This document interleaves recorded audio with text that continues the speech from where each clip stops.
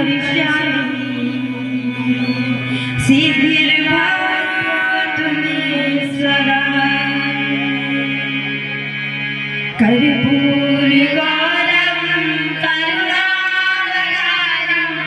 संसार सारम भुजगेन्द्रहारम सदा वसन्तं हृदयारविन्दे भवं भवानी सहितं नमामि भवं भवानी सहितं नमामि नीलाम्बुजश्यामलकोमलाङ्गं सीता समारोपितवामभागं पाणो वासायकचारुचापं नमामि रामं रघुवंशनाथं नमामि रामं रघुवंशनाथं।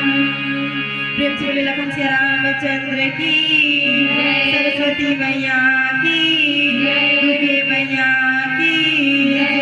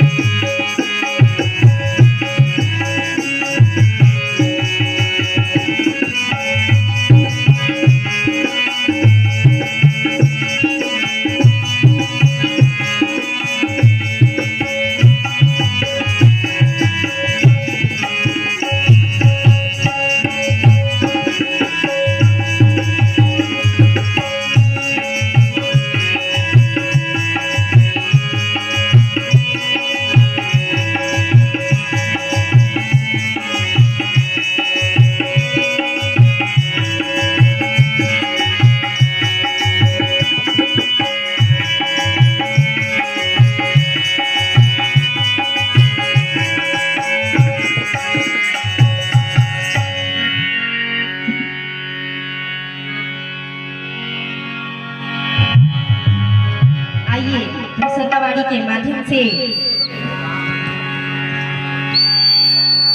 भजन प्रस्तुत है। हाथ जोड़े वंदन करूं धरूं चरण पे शीश ज्ञान भक्ति मुख दीजिए परम पुरुष जगदीश। लखन सिया रामचंद्र की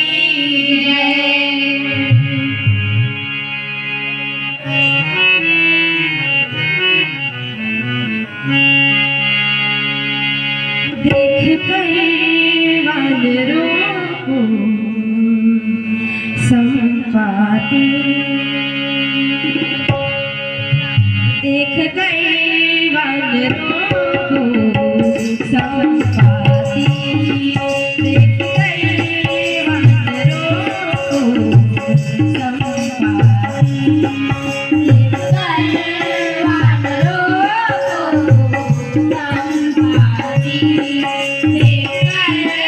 वानरों को संपाति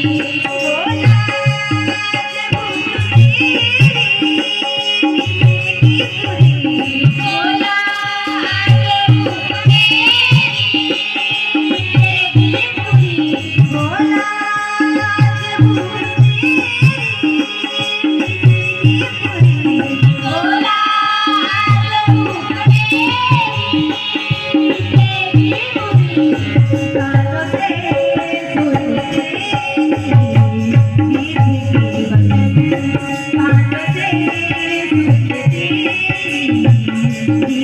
Oh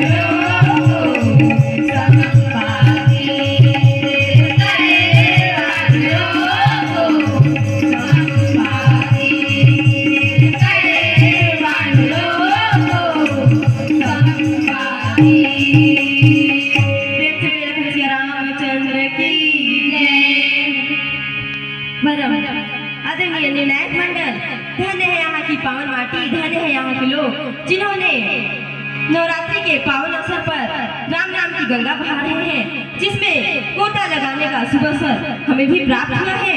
मैं अपनी छोटी सी सरस्वती बालिका मंडली घुघरा की ओर से आप सभी को एवं दूरदराज से आए हुए मानस प्रेमियों को सशक्त नमन करती हूँ, वंदन करती हूँ, अभिनंदन करती हूँ।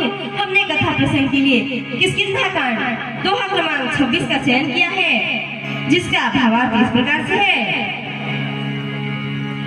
निजी इच्छा प्रभु अवतरई, सुरमई गोद्विज लागी, सगुण उपासक संगत, रहई मोक्ष सब त्यागी, प्रभु रहई मोक्ष सब त्यागी।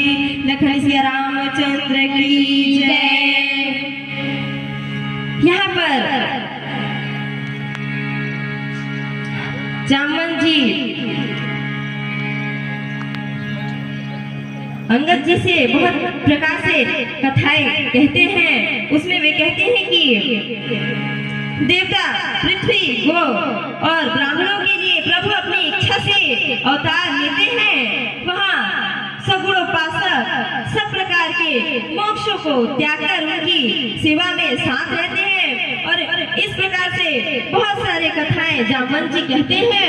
और उनकी बातों को सुनकर पर्वतों में से संपाति जी सुनते हैं और वे बहुत सारे वानर देखते हैं। जब वे बाहर निकलते हैं और कहते हैं कि आज तो मुझे बहुत सारा भोजन प्राप्त हो गया है, ईश्वर ने मुझे बहुत सारा भोजन दे दिया है, मैं सबको खा जाऊंगा।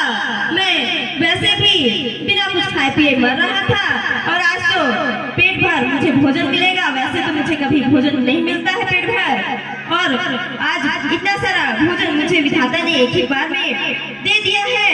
और जब गीत के वचन को सभी सुनते हैं वानर तो डर जाते हैं और कहते हैं कि आज तो हम लोग का मरना ही हो गया है। और वे सभी गीत को देखकर खड़े हो जाते हैं और जामवंत जी के मन में विशेष सोच होता है। अंगद जी विचार करके कहते हैं, जटायु के समान धन्य कोई दूसरा नहीं है, जिन्होंने श्री रामचंद्र जी के कार्य के लिए शरीर को छोड़कर वह परम बड़भागी भगवान के धाम को चला गया। यही 8 लाइन की चौपाइयों का भाव रहा। प्रेम से बोले लखन सिया रामचंद्र की जय। माता रानी का भजन सुनाया।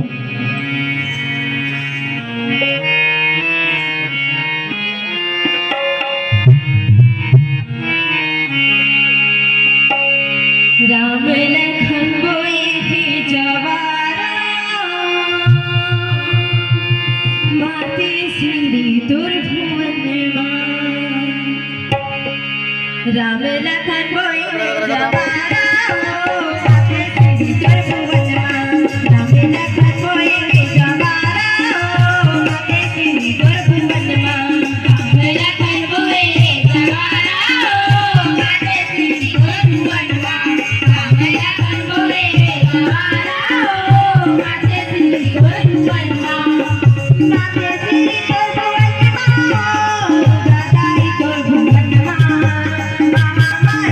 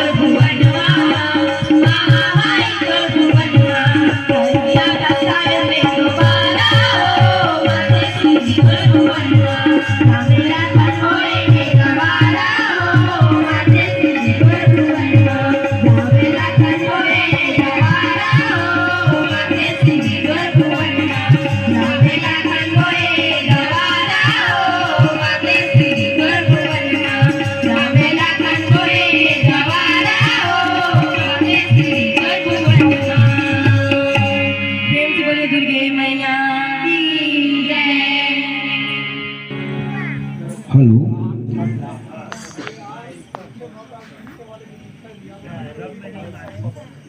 सरस्वती बालिका मंडली घुघरा बड़ा ही सुंदर प्रस्तुति आप सबों का रहा है। आप सबों के गायन वादन से सभी को भाव विभोर कर दिए। आपके प्रसंग में संपाति के पास बांदी सेना का भेंट हुआ है और जटाई को बताते हैं बांदी सेना की उनको रावण ने वध कर दिया है, उनका कथा बता के। तो कहता है संपाति कि हमको उठा करके चलो, ले चलो। कहाँ ले चलो? तिलांजलि देने के लिए समुद्र के किनारे। तो आप लोगों से मैं जानना चाहूँगा कि संपाति क्यों उठा के कह रहा है कि हम लोग को उठा ले चलो समुद्र की, क्यों असहाय था क्या? परम आदरणीय निर्णायक महोदय जी, क्योंकि उनके पंख जल गए थे जब वे जटायु जी के साथ सूर्य को छूने के लिए प्रयास कर रहे थे। तब वे घमंड में सूर्य के कुछ ज्यादा ही नजदीक चले गए थे और जटायु जी जब उनको सूर्य का तेज सहन नहीं हुआ तो वे वापस आ गए थे और संपाति जी वापस नहीं आए थे, इसीलिए सूर्य के तेज से उनका पंख जल गया था। फिर उनको शांति कहाँ से प्राप्त हुआ? संपाति को कैसे शांति मिला? फिर जल गया, पूछेंगे कैसे ठंडा हुआ उसका? वो तो जल गया। वे समुद्र के किनारे गिर गए थे और उन्हें वहाँ पे एक ऋषि मिले थे। हाँ ठीक बोल रही है, बोलिए। कौन ऋषि मिले थे?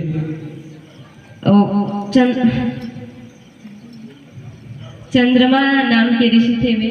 जी हाँ, चलिए और बोलिए। और वे वहीं पे इसीलिए थे और उनको वह जो ऋषि थे वही बताए थे कि एक दिन श्री राम विष्णु जी का जब अवतार होगा तो वे अपनी पत्नी को ढूंढने के लिए इस तरफ आएंगे तो तुमको उनके दर्शन होंगे, ऐसा वे बोले थे और तब उनको शांति प्राप्त होगा, ऐसा कुछ बोले थे। क्रमांक 27 के 8वें लाइन को देखिएगा। त्रेता ब्रह्मा मनुज तनुधरहि तासु नारी निश्चर पति हरहि तासु खोज पटहि प्रभु दूता तिन्हि मिले ते होव पुनीता।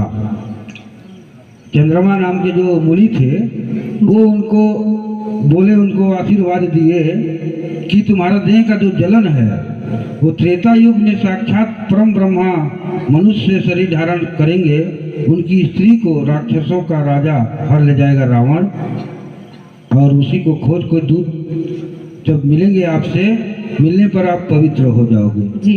इस प्रकार से आपने बहुत प्रयास किया है, बहुत सुंदर आप लोग की प्रस्तुति। लीजिए आगे मानस प्रश्न की ओर।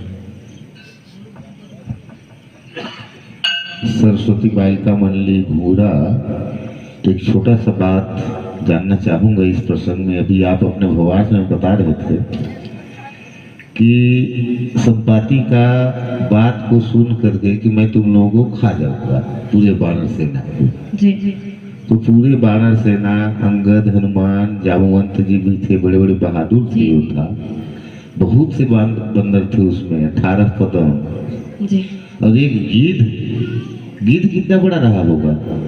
गिद्ध पक्षी, वो भी पक्षी है, उसको देख करके डर जाते हैं कि ये खा लेगा। उतना उतना बंदर को कैसे खा सकता है एक तो गिद्ध? बताइए, थोड़ा सा विचार कीजिए, क्या विचार है इसमें आपका? उतना बड़ा गिद्ध कैसे खा सकता है? उतने बंदर लोगों को एक गिद्ध थोड़ी खा जाएगा। लंका में तो किसी का चला नहीं हनुमान अंगद के सामने, फिर डरा जाते हैं कि ये खा लेगा। बताइए, काहे डर जाते हैं पूरा बंदर भालू लोग?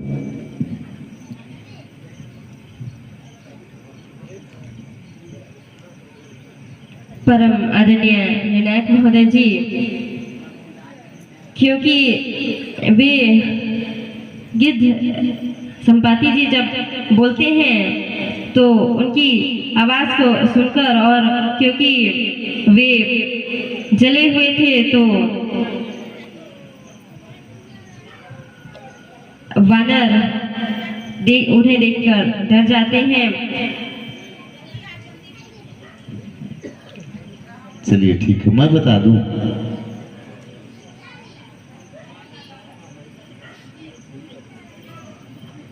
वो भी आप बता रहे हैं कि पंख भी जला हुआ है। अब जला पंख वाले को देख करके डर जाना संभव बात तो नहीं लग रहा है।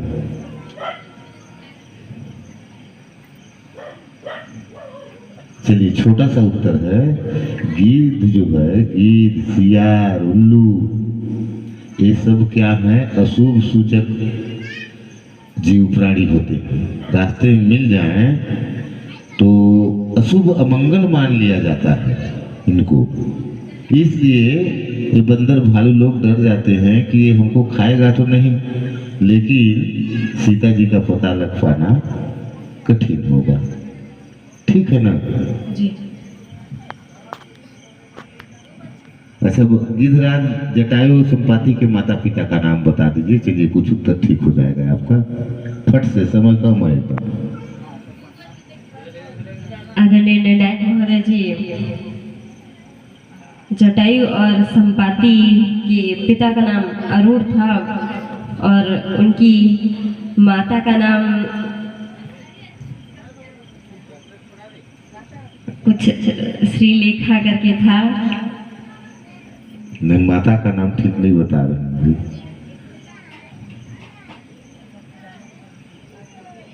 एक उर्वशी अप्सरा थी, वो उनके पिता का नाम ठीक बता रहे थे। उड़ते उड़ते वो आकाश को चली गई। वहां पर सूर्य भगवान के सारथी अरुण का दृष्टि उनके ऊपर पड़ता है, जिससे वो गर्भवती वो पक्षी हो जाती है। उससे 2 अंडे होते हैं, जिससे जटायु संपाति का उत्पत्ति होता है। क्या नाम था? पुंजी कस्थला एक उर्वशी थी, वो उड़ते उड़ते आकाश को गई थी। उसको देख करके, इतना सुंदर उसका चेहरा था, जिसको देख करके अरूढ़ महाराज का दृष्टि पड़ा तो गर्भवती हो गई। वो जाकर के अंडा दी, जिससे इन लोगों का उत्पत्ति हुआ था। चलिए, बहुत बहुत धन्यवाद। बहुत दूर से आए, बड़ा अच्छा प्रस्तुति दी आपका।